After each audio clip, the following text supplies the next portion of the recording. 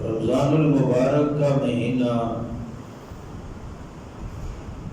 گزشتہ جمعۃ المبارک کے خطبے میں چند اس کے فضائل آپ احباب کے گوشے گزار کیے تھے۔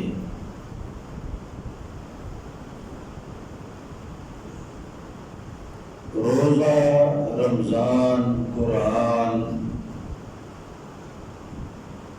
ان کا آپس میں بڑا گہرا تعلق ہے۔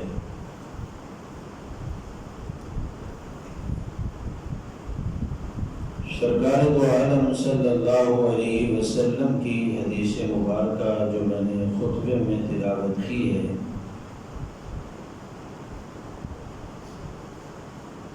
اس کے اندر بھی سرکار دو عالم صلی اللہ علیہ وسلم کا یہ ارشاد گرامی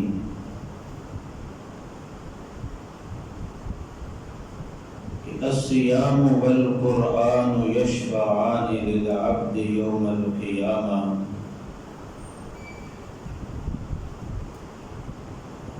کہ روزہ اور قرآن قیامت والے دن بندے کے لیے دونوں سفارشی بن کر آئیں گے۔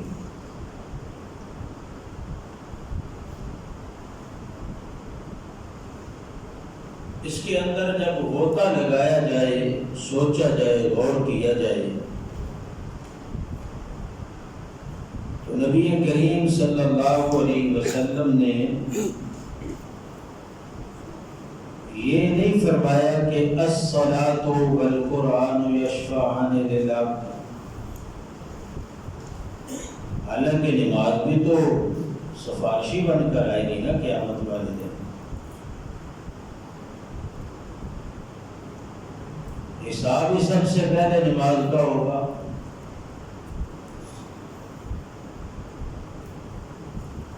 الصیام والقرآن، حالانکہ دیکھا جائے تو قرآن کا گہرا تعلق تو صلاۃ کے ساتھ ہے نا، نماز کے ساتھ ہے۔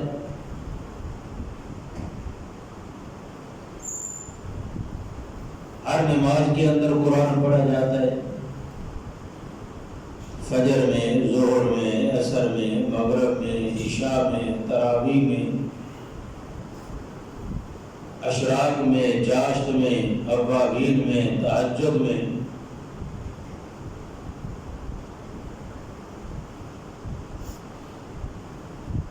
لیکن سرکار دو عالم صلی اللہ علیہ وسلم کا یہ فرمانا کہ الصیام والقرآن، معلوم ہوا کہ نماز ان سب سے پہلے ہے۔ نماز ان سب سے، تھوڑی توجہ کریں، جو نمازی ہوگا وہ روزہ رکھے گا، جو نمازی ہوگا وہ قرآن پڑھے گا۔ جو نماز نہیں پڑھتا اس نے روزہ کیا رکھنا ہے؟ تو اس لیے فرمایا کہ جو نمازی ہوگا روزہ بھی وہی رکھے گا، قرآن کی تلاوت بھی وہی کرے گا۔ تو فرمایا کہ نماز مقدم ہے، اس کے بعد الصیام والقرآن، ایک روزہ ہے اور ایک قرآن ہے۔ یہ قیامت کا دن ہوگا، بندے کے لیے سفارشی بن کر اللہ کے دربار میں پیش ہو جائیں گے۔ سبحان اللہ کہتے ہیں۔ کیا بن کر آئیں گے؟ سفارشی بن کر۔ روزہ بھی آئے گا اور قرآن بھی آئے گا۔ قرآن بھی سفارشی، روزہ بھی سفارشی، عجیب سفارشی ہوں گے۔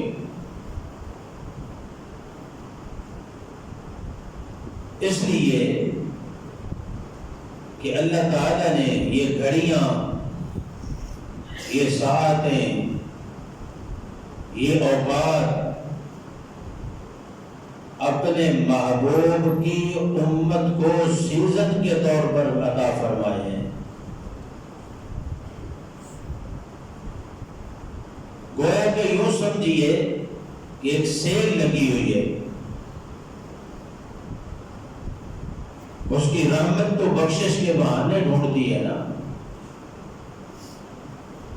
وہ تو اپنے بندوں کو بخشنے کے لیے ہر وقت تلاش کر رہی ہے۔ رمضان عطا ہی اس لیے کیا، اور جب بخشنے میں آتا ہے تو دیکھتا نہیں کہ یہ کتنا بڑا گنہگار ہے، وہ یہ نہیں دیکھتا کہ اس کے دامن میں کتنے گناہ ہیں، وہ یہ نہیں دیکھتا اس نے کتنی نافرمانیاں کی ہوئی ہے۔ کتے کو پانی پلا دیا، فرماتے جا میں نے تیری بخشش کر دی ہے۔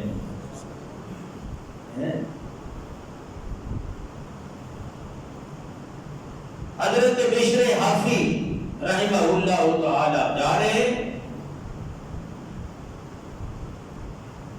شراب کے نشے میں دھوتے ہیں، نہ نماز کی فکر، نہ روزے کی فکر، نہ قرآن کی کوئی پرواہ نہیں۔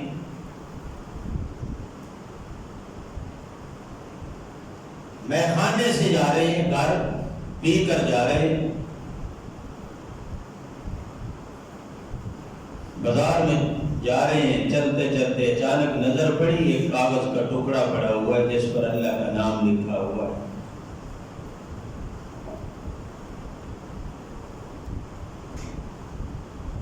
تو بشر حافی نے اس کو اٹھایا، ہے میرے رب کا نام ہے، اس کاغذ کو اٹھایا، صاف کیا، صاف کر کے ہاتھوں سے صاف کیا، کپڑے سے صاف کیا، اس کو چوما، آنکھوں پر لگایا، جیب میں ڈال لیا، گھر جا کر سنبھال کر رکھ لیا۔ نشے میں تھا، آپ میری طرف دیکھیں، نشے میں تھا، رات کو سو گیا، کسی کو خواب آئی کہ صبح اٹھ کر بشر حافی کے دروازے پر جا، اللہ نے تیرے گناہ معاف کر دیے ہیں۔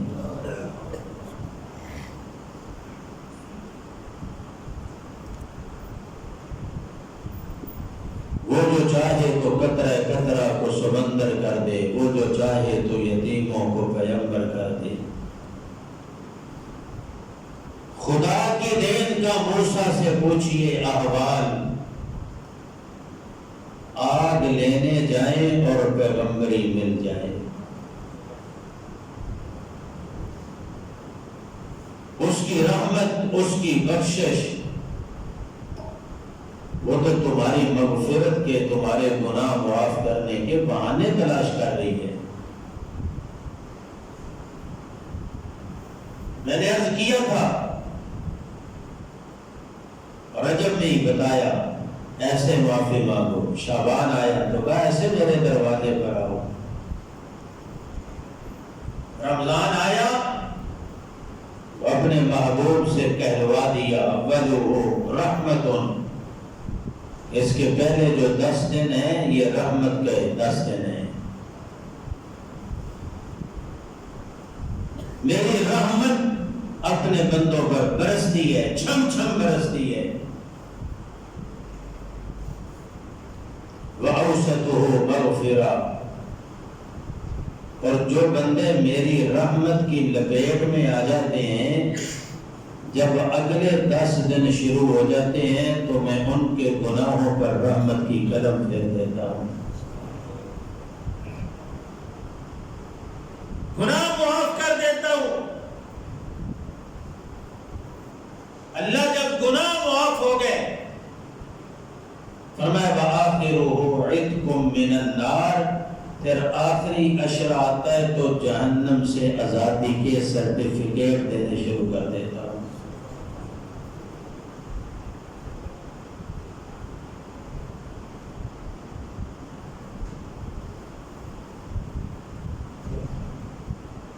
تیرے کرم سے اے کریم کون سی شے ملی نہیں، جھولی ہی میری تنگ ہے تیرے یہاں کمی نہیں.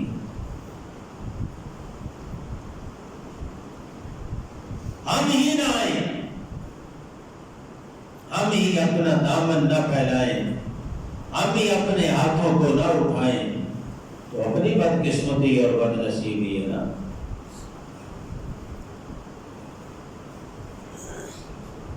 اس نے تو سیل لگا دی تھوک کے حساب سے. یہ پتہ ہے نا، پہلے تو دوسرے ملکوں میں ایسے ہوتا تھا، پاکستان میں بھی ہے. جب سیزن کسی چیز کا ختم ہوتا ہے تو پھر دکانوں پر اس کپڑے کی سیل لگ جاتی ہے، جوتوں کی سیل لگ جاتی ہے، اور کوئی چیزوں کی سیل لگ جاتی ہے کہ یہ چیزیں اب 20% ڈسکاؤنٹ، 30% ڈسکاؤنٹ، 50% ڈسکاؤنٹ. اب جو 1000 کی تھی وہ 500 کی ملے گی. اللہ فرماتے ہیں میرے بندے، میں نے اس رمضان کو تیرے لیے سیل لگا دی ہے، اور دنیا کے کاروبار اور دنیا کی دکانوں پر جائے گا، وہاں پہ 20%، 30%، 50%، کوئی حد کرے گا تو 60% ڈسکاؤنٹ کر دے گا. اللہ فرماتے ہیں میرے دروازے پر آ، میں نے 100% ڈسکاؤنٹ کی ہوئی ہے.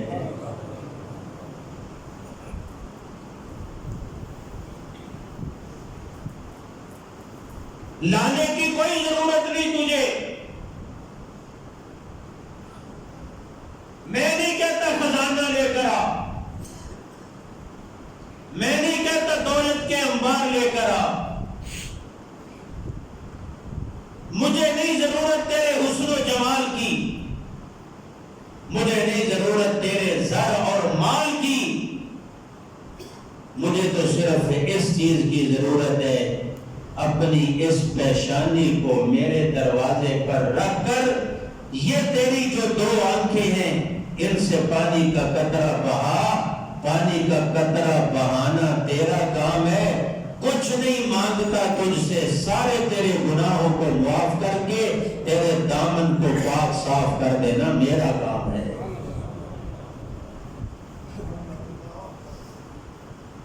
آ تو صحیح نا.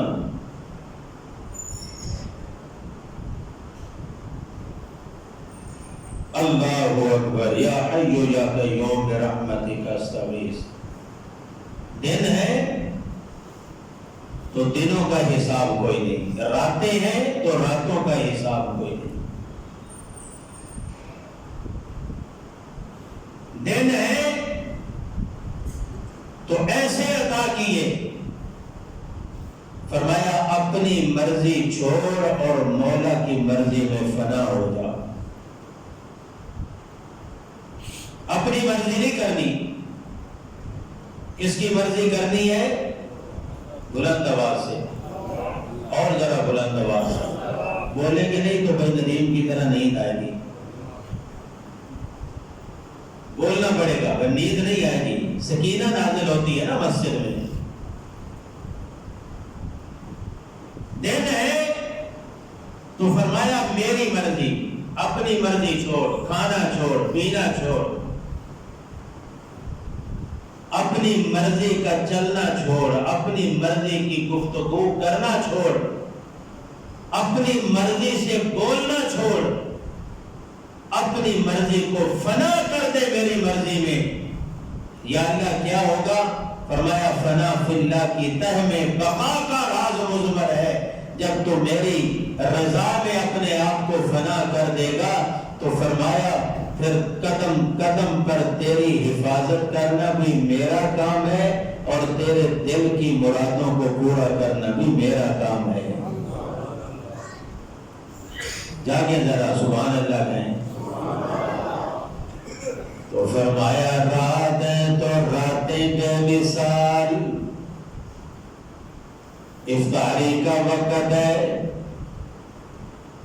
اپنے ہی دسترخوان پہ بیٹھے، قسم قسم کے کھانے تیرے دسترخوان کے اوپر موجود ہیں، مشروبات موجود ہیں، معقولات موجود ہیں، کھانے پینے کی چیزیں موجود ہیں، لیکن میرے بندے اپنے آپ کو روک کر اپنے نفس کا محاسبہ کرنے کے لیے تو نے اپنے آپ کو میری مرضی کے اندر فنا کر لیا، اپنی مرضی چھوڑی، مولا کی مرضی کو اختیار کر لیا، اپنی رضا کو چھوڑا، مولا کی رضا کو پسند کر لیا۔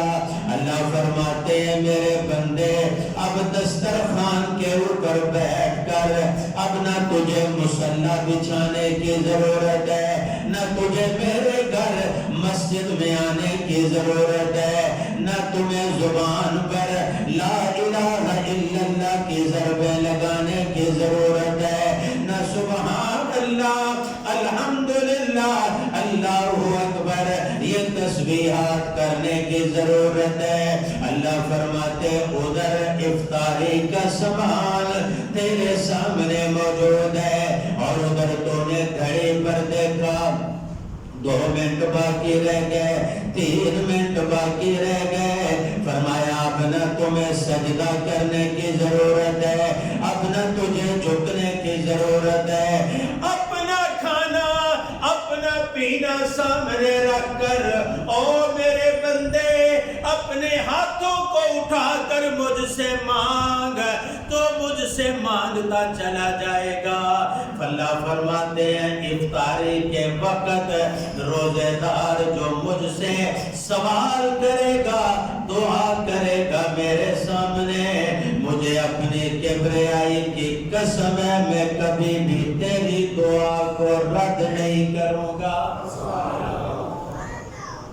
رد ہے کوئی بندہ ایسا دنیا میں، کوئی لین لاگ ہو، کوئی دولت والا ہو، ثروت والا ہو کہ یار آپ مجھ سے مانگ، جو مانگے گا تجھے دوں گا؟ وہ بادشاہوں کا بادشاہ سبحان اللہ، وہ احکم الحاکمین وَإِنْدَهُ مَفَاتِحُ الْغَيْبِ لَا يَعْلَمُهَا، اس کے پاس غیب کے خزانے ہیں اور اس کی چابیاں بھی اسی کے پاس ہیں، اس کے خزانے اتنے وسیع ہیں، اتنے وسیع ہیں، فرمایا ساری دنیا اپنی اپنی استطاعت کے مطابق اس رب سے مانگنا شروع کر دے، اور رب اپنی شان کریمی کے مطابق اپنے بندوں کو عطا کرنا شروع کر دے۔ ساری دنیا کو تقسیم کرنے کے بعد اس کے خزانوں کے اندر اتنی کمی بھی نہیں آتی جتنی دریا کے اندر سے ایک پرندہ چونچ میں پانی لے لے تو کمی آ جائے۔ اس کے خزانوں میں اتنی بھی کمی بولے نہیں آتی، وسیع خزانے، وہ بلا رہا ہے، فرمایا مانگ لو مجھ سے افطاری کے وقت، اور روزے دار میرے بندے اب تمہیں سجدے کی ضرورت نہیں، دسترخوان پہ بیٹھا بیٹھا ہی مانگ لے۔ وہی پہ 1 منٹ رہ گیا، 2 رہ گئے، 3 رہ گئے، ہاتھوں کو اٹھا، اے اللہ میں تنگ دست ہوں، مجھے رزق عطا کر۔ کیوں کوئی لمبی چوڑی بات ہے؟ کوئی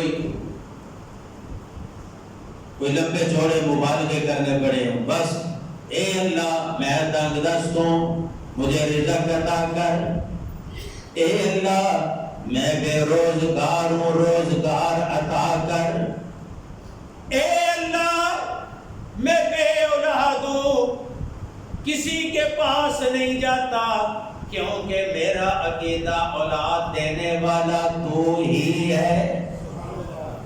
بولو اولاد دینے والا کون ہے؟ اللہ ہی ہے۔ بولو اللہ ہی ہے، اللہ کے سوا کوئی اولاد دینے والا نہیں۔ جہاں سے ہم مانگتے ہیں نا جا کر، ان کے اپنے پاس کوئی نہیں ہوتی ہے، وہی ہے دینے والا سب کو۔ میں نے 2 جمعے پہلے عرض کیا تھا، دینے پہ آئے نہ دینے پہ آئے تو اپنے پیغمبر کو جوانی میں نہ دے، دینے پہ آئے تو 120 سال کی عمر میں عطا کر دے، اس کی مرضی ہے نا۔ نہ دینے پہ آئے تو ابراہیم خلیل اللہ مانگتا چلا گیا، مانگتا چلا گیا، مانگتا چلا گیا، نہیں دی۔ جب دینے پہ آیا تو سارے مسائل ختم ہو گئے، فرمایا میرے پیغمبر اب میں تجھے بیٹا عطا کروں گا، صرف بیٹا ہی نہیں ہوگا، پیغمبر بھی ہوگا، اور اس پیغمبر کی نسل سے امام الانبیاء بھی پیدا کروں گا۔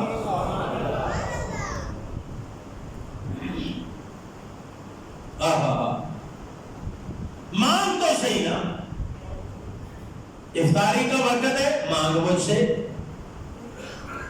رد نہیں کروں گا، اور یہ بھی نہیں کہ میں فوراً دے دوں، ہم بے صبرے بھی ہو جاتے ہیں نا، ہمارا یہ حال ہے نا، ہم ادھر مانگتے منگیا تھے بڑا سی پر دیتا کوئی نہیں۔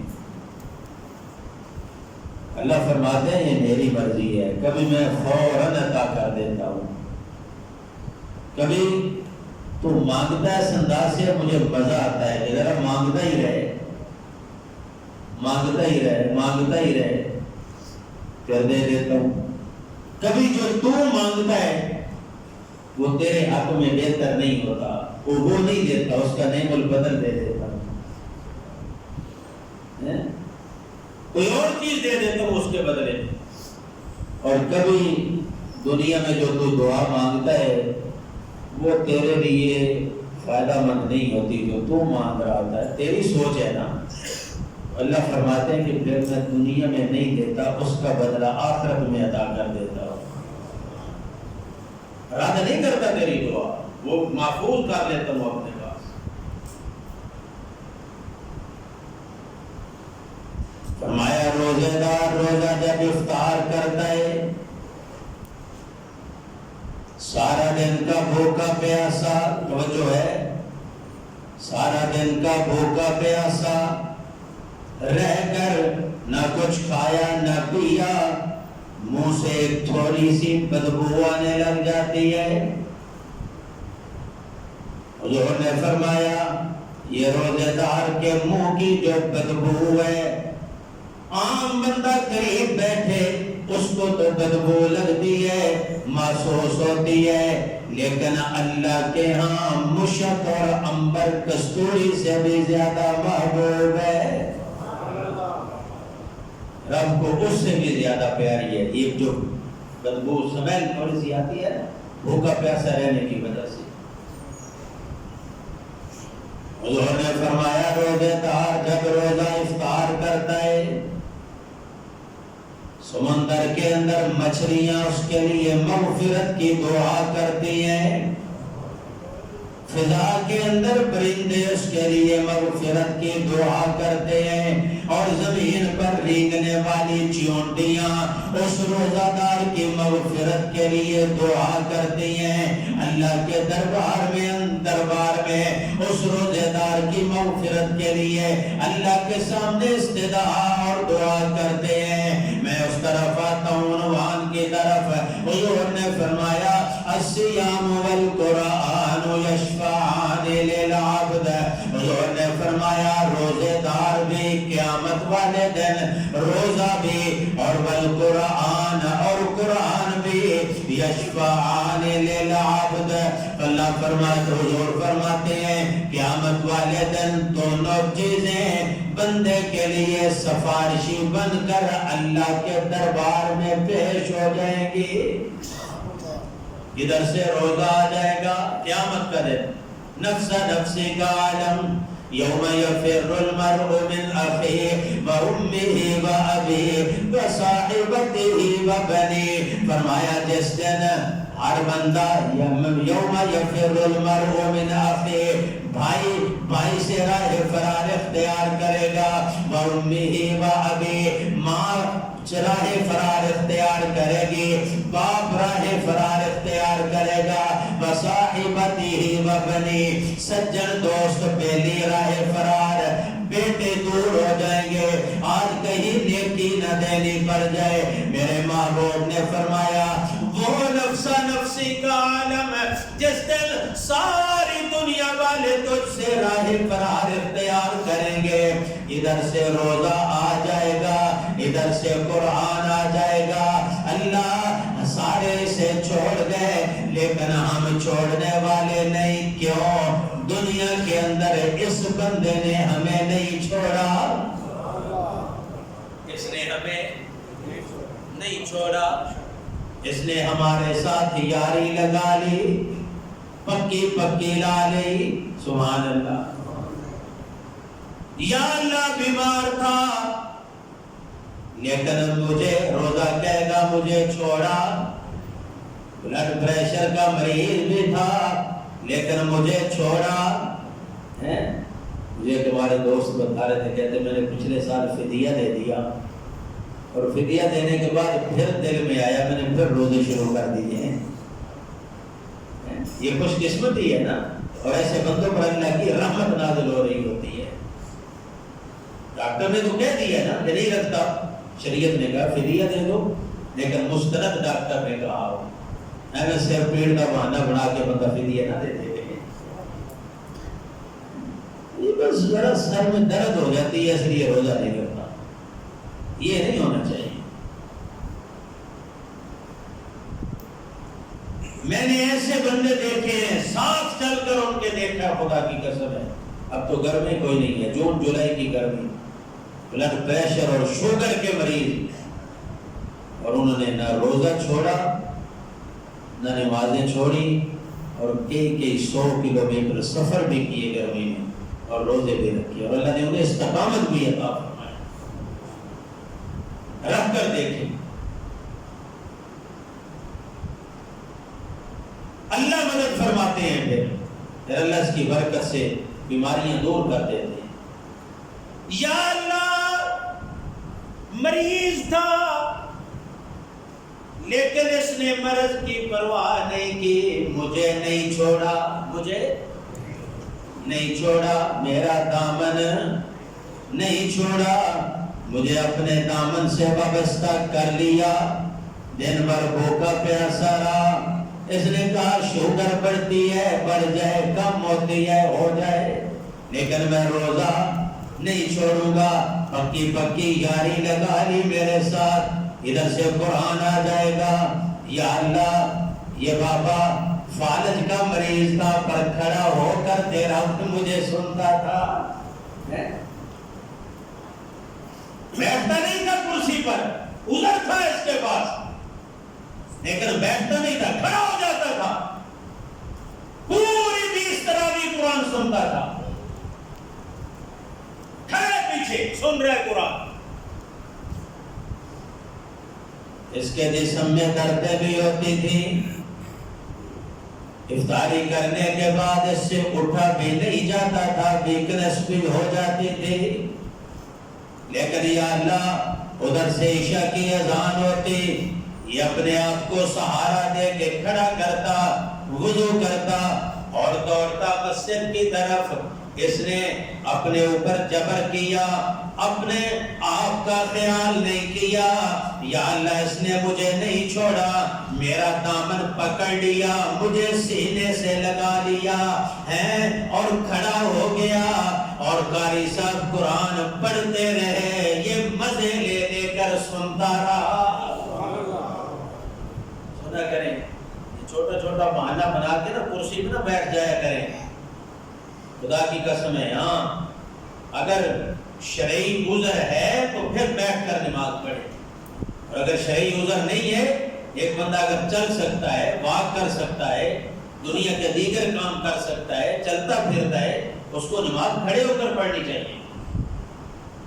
اور جو سجدے میں لطف ہے، خدا کی قسم ہے، ایسے تو نہیں رب نے کہہ دیا میرے بندے سجدہ کر تاکہ میں تجھے اپنا قرب عطا کروں، جو قرب سجدے میں ملتا ہے وہ کرسی پر نہیں ملتا۔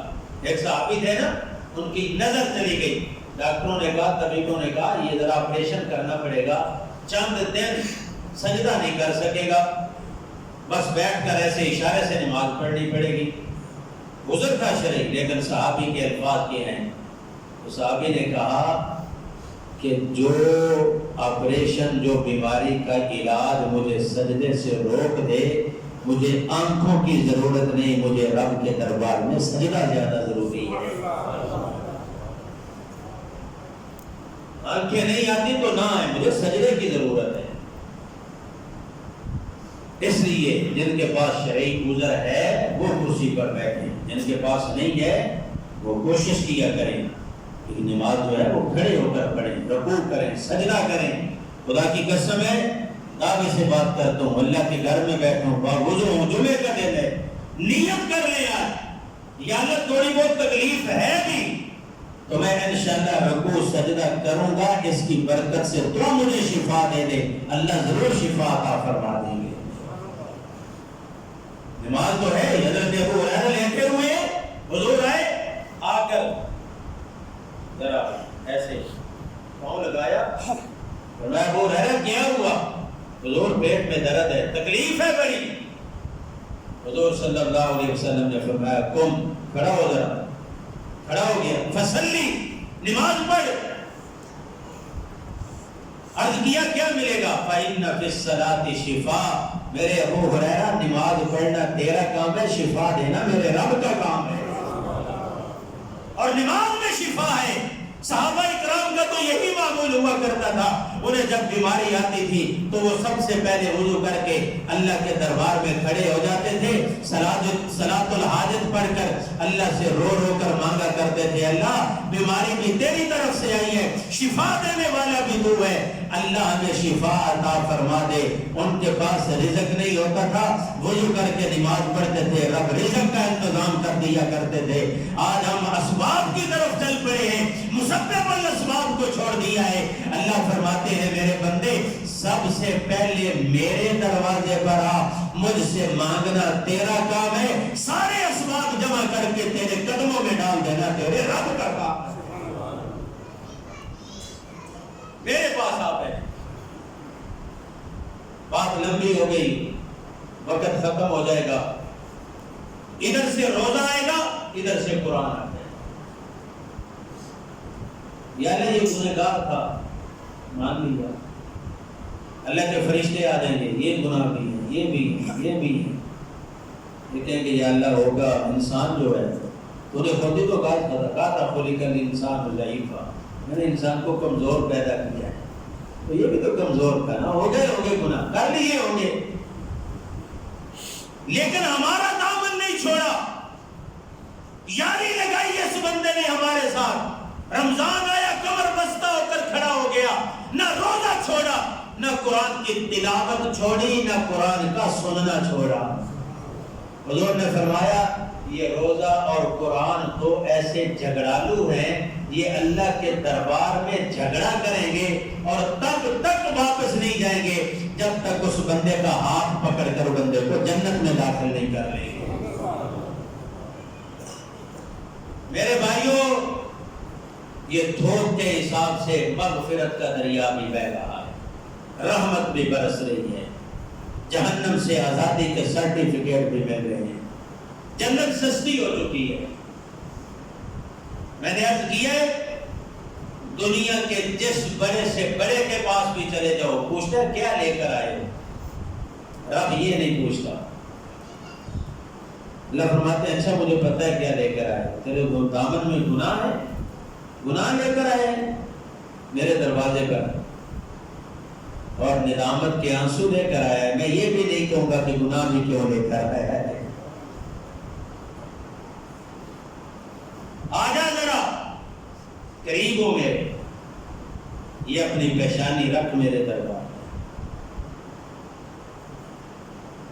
اور اس پیشانی کو رکھ کر ذرا زبان حال سے یہ بھی تو کہنا، میں تو نادان ہی تھا، دانستہ کیا کیا نہ کیا۔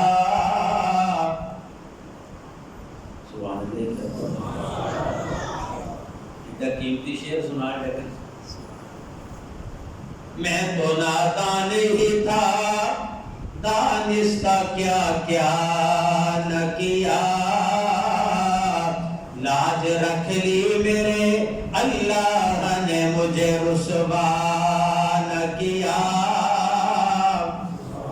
اب بات نے ایسی روشنی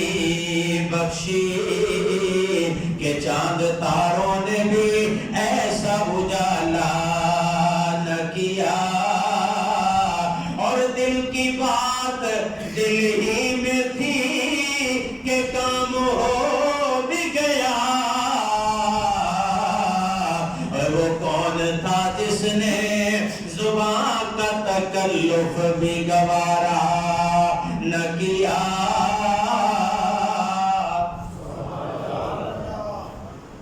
وہ کہتا ہے زبان ہلانے کی ضرورت بھی نہیں, دل میں ہی ذرا ندامت کیا.